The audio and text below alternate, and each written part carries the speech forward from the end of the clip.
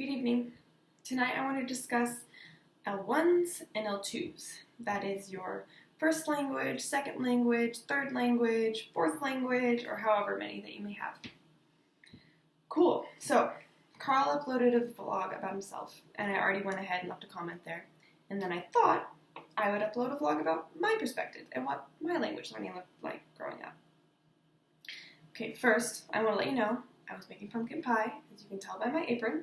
So I have flour all over my hands, all over there. Okay, anyways.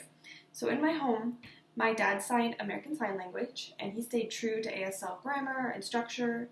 I mean, he did fingerspell a little bit, but he mostly just used signs, and he was amazing at using descriptive classifiers.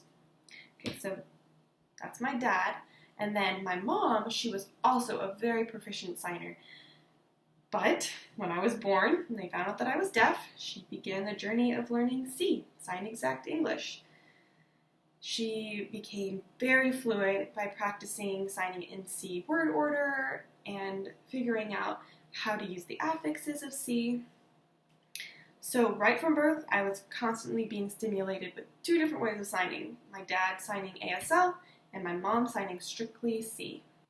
In preschool, I started a total communication program, which used C, which is no problem for me because by the time I was 3 years old, I was already very skilled at signing that way.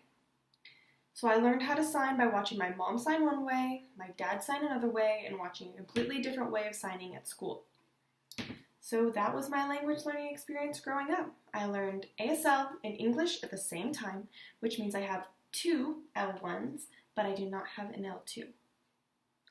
I mean, you could say that Spanish was my L2, but I don't really feel confident to say, oh yeah, Spanish is my second language, because I can write simple things like requests, information, little comments. I can write it a little bit, but very basic, nothing too in-depth. So really, English and ASL are my L1s, and that concludes my experience. Oh, actually, I want to add something.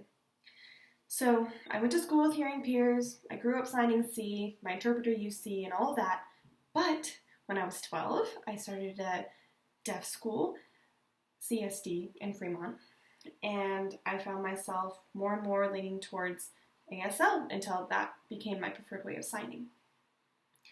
I am constantly changing the way that I communicate with the world, whether that is lip reading, signing, English word order, or somewhere in between. It really all just depends on who my audience is, and that's what's important.